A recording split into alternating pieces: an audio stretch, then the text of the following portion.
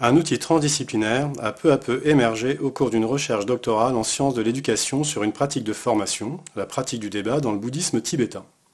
L'outil propose trois activités reliées qui se dynamisent l'une l'autre: la pratique du débat, la pratique de la métaphore, la pratique de l'At9.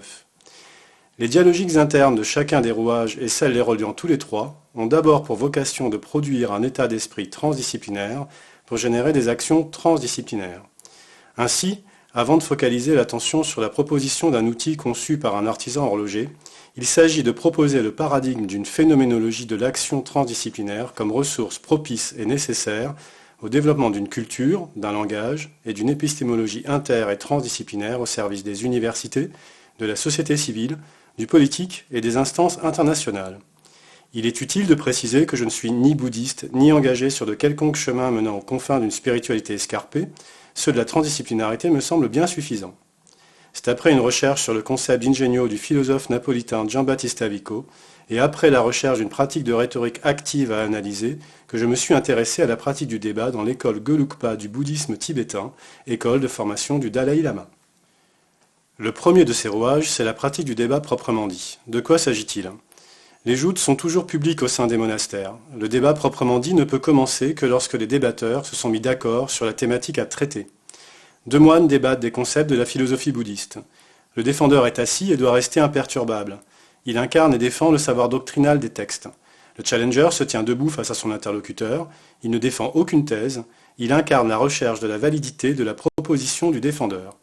Il reformule les assertions de son adversaire et ponctue ses assauts de reformulation, de formules types, de claquements de mains et claquements de pieds. Il tend son rosaire comme un arc pour décocher ses arguments. En quoi c'est un espace de formation transdisciplinaire ? La vérité du texte dépasse la discipline enseignée. Elle se fait dans un contexte puisqu'elle émerge dans et par l'interaction des acteurs du débat. Cette pratique permet de vivre et partager l'expérience de rôles interchangeables et ainsi d'avoir un entraînement répété de points de vue complémentaires et dialogiques. Contrairement à la disputatio du Moyen-Âge, où la vérité est toujours détenue par un tiers savant, le professeur qui surplombe et conclut, il n'y a pas de vainqueur désigné par un tiers extérieur dans la pratique du débat. Il ne s'agit pas d'avoir raison, et au-delà de l'apprentissage d'une discipline par une méthode logique rigoureuse, c'est ce que les débatteurs produisent et créent ensemble qui est reconnu et accepté comme valide. Ce qui est recherché, c'est la forme que prend le processus produit par les deux protagonistes. Le public apprécie la qualité d'un débat au rythme et à la musicalité des échanges des débatteurs. La pratique du débat est une scène de théâtre où se joue et se représente l'univers culturel bouddhiste et tibétain. Par exemple, la main gauche représente la sagesse, la main droite représente la méthode et la volonté de libérer tous les êtres humains d'ignorance. Le claquement représente l'union de la sagesse et de la méthode qui permet d'atteindre l'état du Bouddha. Tendre la main gauche après chaque claquement, c'est fermer la porte au cycle des renaissances. La scène de théâtre de la pratique du débat est la reproduction d'un mythe en miniature, une métaphore incarnée en quelque sorte de la réalité phénoménologique des concepts bouddhistes. On se saisit de l'essence d'un phénomène par sa mise en dialogue logique, par son incorporation répétée et graduelle, grâce à sa projection sur une scène de théâtre. Les concepts réfléchis sont perçus dans l'énergie explosive de claquements de mains, de leur symbolique, des mythes en miniature qu'ils transportent. Ainsi, dans et par la pratique du débat, la raison ne se sépare pas de l'imaginaire comme le prescrit Descartes pour toute recherche scientifique. Imaginaire et raison co-créent ensemble l'intelligence individuelle et collective. Le débatteur n'est pas hyper compétent dans un domaine spécifique et ignorant dans tous les autres. Il crée sa compétence dans le contexte complexe de la phénoménologie bouddhiste. Le deuxième rouage, c'est la pratique de l'At9. En 1960, le philosophe et anthropologue français Gilbert Durand ancre les fondements d'une analyse structurale de l'imaginaire. Il nomme trajet anthropologique le va-et-vient entre un pôle biologique et un pôle incarné dans une culture, une langue, une civilisation. Selon lui, toute raison s'élabore à partir de l'imaginaire. Les images sont antérieures aux idées et non le contraire. Il définit trois régimes de l'imaginaire. D'abord, le régime diurne, associé à la pensée analytique, développe les principes de séparation, purification, exclusion, contradiction, opposition, coupure, antagonisme et antithèse. Les images sont celles du bestiaire, de l'opposition nuit-jour, de la lumière, de l'ascension, de la pureté, des armes. Les gestuelles sont celles de la station debout et de la main libre de ses mouvements. Ensuite, le régime nocturne mystique a pour principes fondamentaux l'analogie, la ressemblance, la fusion. Les images sont celles du recueillement, de la descente, de la chute, de l'intimité, de la cachette, de l'ombre. La gestuelle est celle de l'ingestion. Enfin, le régime nocturne synthétique ou cyclique est associé à une pensée synthétique qui valorise les euphémisations des différences telles la fécondation, le mûrissement, la multiplicité. La gestuelle est celle de l'accouplement, la notion de base est celle de lier ou relier, les images sont celles de l'éternel retour, du progrès.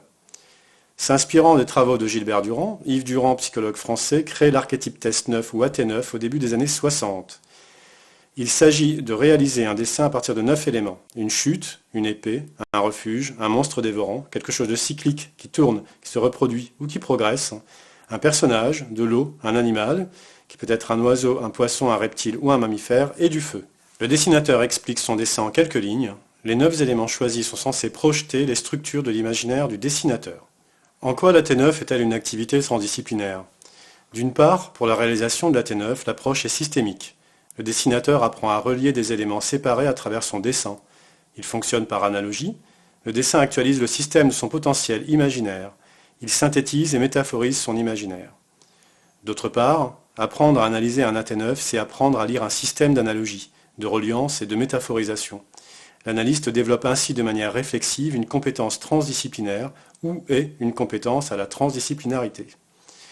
Petit aparté, pour Gilbert Durand, le modèle type du régime diurne héroïque est le dieu Manjushri, auquel se réfèrent les débatteurs tibétains avant d'entamer le débat. Le dieu est représenté l'épée de la vivacité d'esprit dans la main droite, le livre de la connaissance dans la main gauche. Les deux débatteurs et leurs gestuels associés représentent les deux polarités de l'imaginaire. Diurne pour le challenger, nocturne pour le défendeur. Leur joute devient ainsi une représentation de l'imaginaire collectif.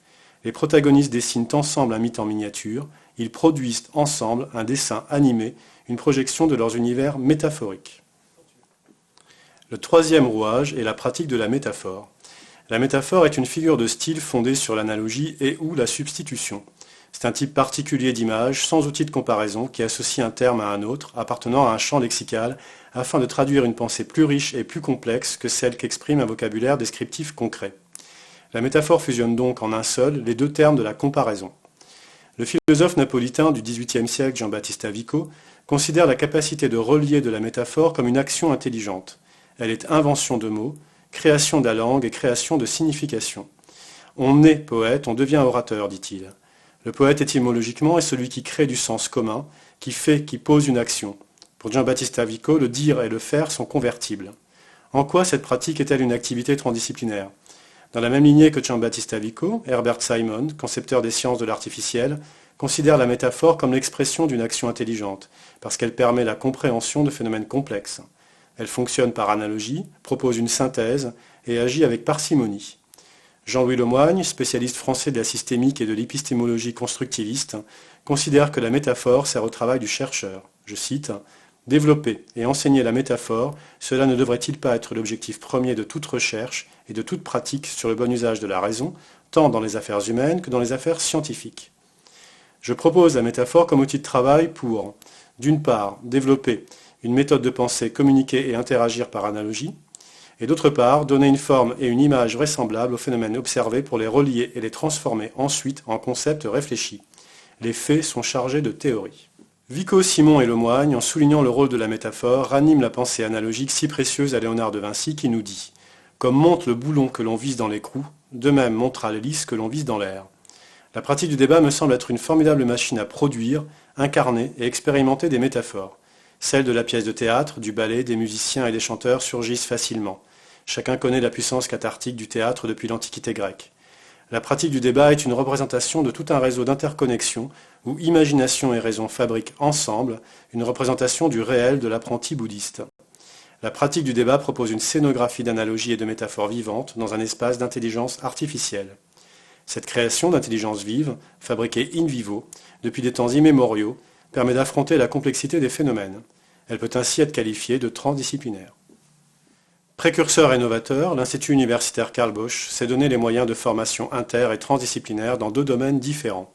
Le tourisme en partenariat avec l'Université de Lausanne et les droits de l'enfant en partenariat avec l'Institut international des droits de l'enfant de Bramois et les universités de Fribourg et Genève.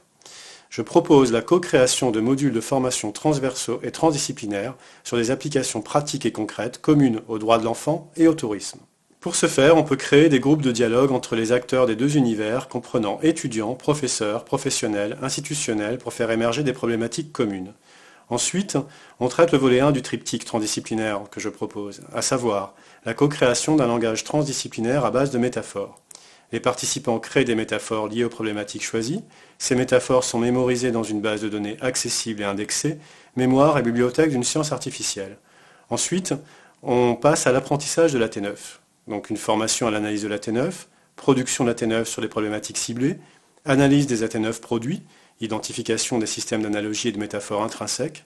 Les AT9 et leurs analyses sont intégrées dans la banque de données. Ensuite, on passe à la pratique du débat. Donc formation aux techniques du débat tibétain contextualisé. Les métaphores et les AT9 sont la base du langage du débat. Chaque débat est filmé et indexé dans la base de données. Chaque problématique donne lieu à une proposition concrète de formation. Ensuite, on fait la co-construction et formalisation des modules de formation transdisciplinaire, l'expérimentation des modules, l'évaluation et l'adéquation des modules, et enfin des propositions concrètes, inter- et transdisciplinaires pour tous les partenaires. Je souhaiterais également faire d'autres propositions concrètes de manière plus générale.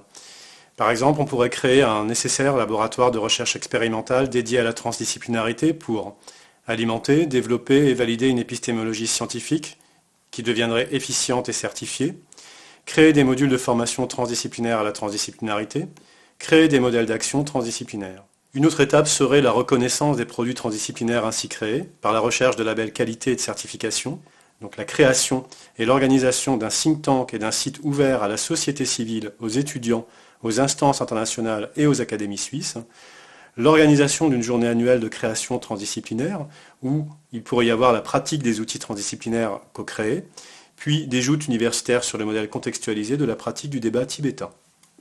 Pour conclure ma présentation d'aujourd'hui, je citerai Gaston Pinault, professeur émérite de l'université François Rabelais de Tours. Pour le moment, étant donné son état émergent transitionnel, l'apprentissage de la transdisciplinarité ne peut se faire qu'en la faisant, learning by doing, et en la faisant par transaction avec d'autres. Je propose de faire l'apprentissage pratique de l'une de ces transactions. Ainsi, je trouverais passionnant d'intervenir dans le cadre de la formation continue des professeurs d'université investis et engagés dans une réflexion autour de l'inter- et de la transdisciplinarité, mais aussi avec les acteurs professionnels et les étudiants pour contribuer à développer de nouveaux outils transversaux, compréhensibles et utilisables par tous. Je vous remercie de votre écoute.